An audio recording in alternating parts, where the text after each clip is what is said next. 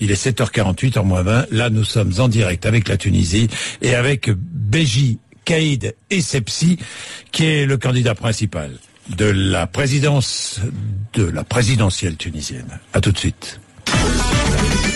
RMC, Bourdin Direct. RMC 7h41, votre invité Jean-Jacques Bourdin, Beji Caïd Essebsi, le chef du parti tunisien Nida Tounes. En direct, bonjour Beji Caïd Essebsi. Bonjour, monsieur Bourdin, vous allez bien? Ben, ça va très bien, merci d'être avec nous ce matin en direct. Je vous en prie, oui. Une exclusivité pour RMC, merci, je sais qu'RMC est très regardé, très écouté en Tunisie, monsieur Essebsi. Oui. Monsieur Essebsi, hier, premier tour de cette élection présidentielle, est-ce que je sais qu'il n'y a pas de résultat officiel, mais est-ce que vous avez, vous, de votre côté, de premiers résultats? Les premiers résultats, c'est 42,7% pour moi-même et 32,6% pour mon adversaire, mais mon compétiteur, disons. Monsieur Marzouki. Oui, c'est ça, oui. Voilà, vous seriez à un peu plus de 42%. Mais ce sont des résultats qui n'ont rien d'officiel, non? En tout cas, ce sont les résultats que tout le monde s'accorde pour dire qu'ils sont véridiques. Oui. Je pense que peut-être ça pourrait être corrigé, mais sûrement pas en faveur de mon compétiteur. Donc vous seriez en tête, vous sortirez en tête de ce premier tour. Il y aura un second tour. Oui, sûrement, oui. Alors, vous appelez qui à vous rejoindre? Comment ça va se passer, ce second tour? D'abord, il faut savoir que ceux qui ont voté pour M. Marzouki, c'est les islamistes. Ce sont que eux qui se sont arrangés pour être avec lui, c'est-à-dire les cadres de Nahda, c'est-à-dire le parti qu'on appelle, qui est encore plus extrémiste que cela.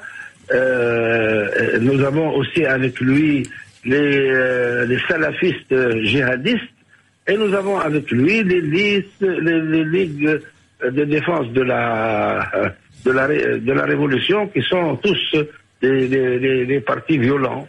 Voilà, c'est-à-dire que vous lancez un appel, si j'ai bien compris.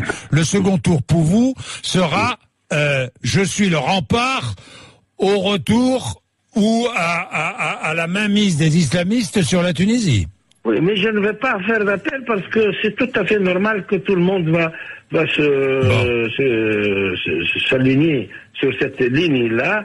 Certainement, si nous n'avons pas eu 51%, c'est qu'il y a eu une certaine partie qui sont au fond de notre obédience, qui ne sont pas venus aux élections, ils ne se sont pas mobilisés. Mais je pense maintenant que tout le monde va se mobiliser. Malheureusement, il va y avoir une coupure en deux. Les islamistes d'un côté et puis tous les démocrates et les non-islamistes. Pour vous, monsieur Marzouki est à la solde des islamistes? C'est ce que vous dites? Mais bien entendu, lui, il a été le président qui a été désigné par el Nahda dans la Troïka, parce qu'au fond, avec 7000 voix, on ne peut pas quand même devenir président de la République. Hein. Mais évidemment, maintenant, dans ces élections-là, je vous dis, tous ces islamistes se sont rangés derrière lui.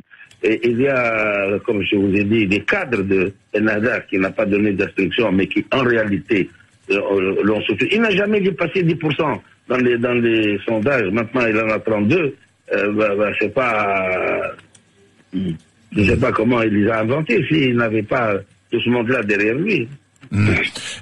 Beji Caïd Essebsi, on parle d'une participation qui a tourné autour de 60-65%. À peu près, oui. Donc il n'avait pas une grande mobilisation, il faut le dire. Oui, il n'y a pas eu une grande mobilisation. Pourquoi?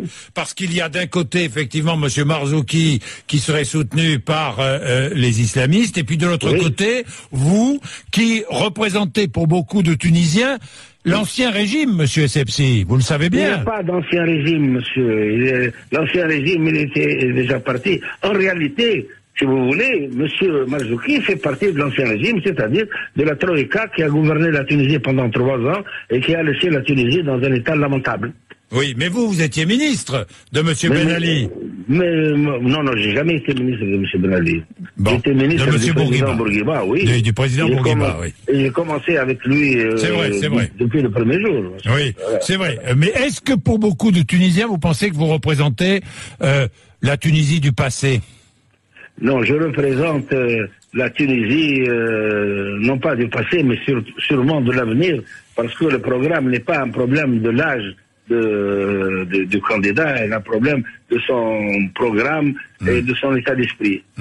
Un État fort, promesse de stabilité, c'est ce que vous dites. Un État fort, c'est-à-dire un État de droit et un État juste.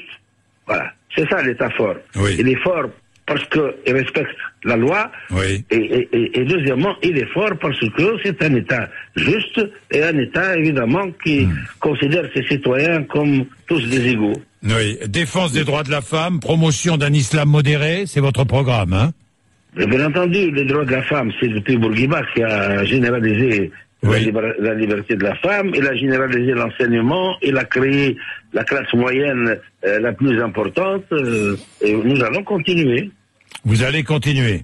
Et la promotion d'un islam modéré... Dans la même perspective, nous allons continuer dans cette voie. Ça veut dire quoi, la promotion d'un islam modéré?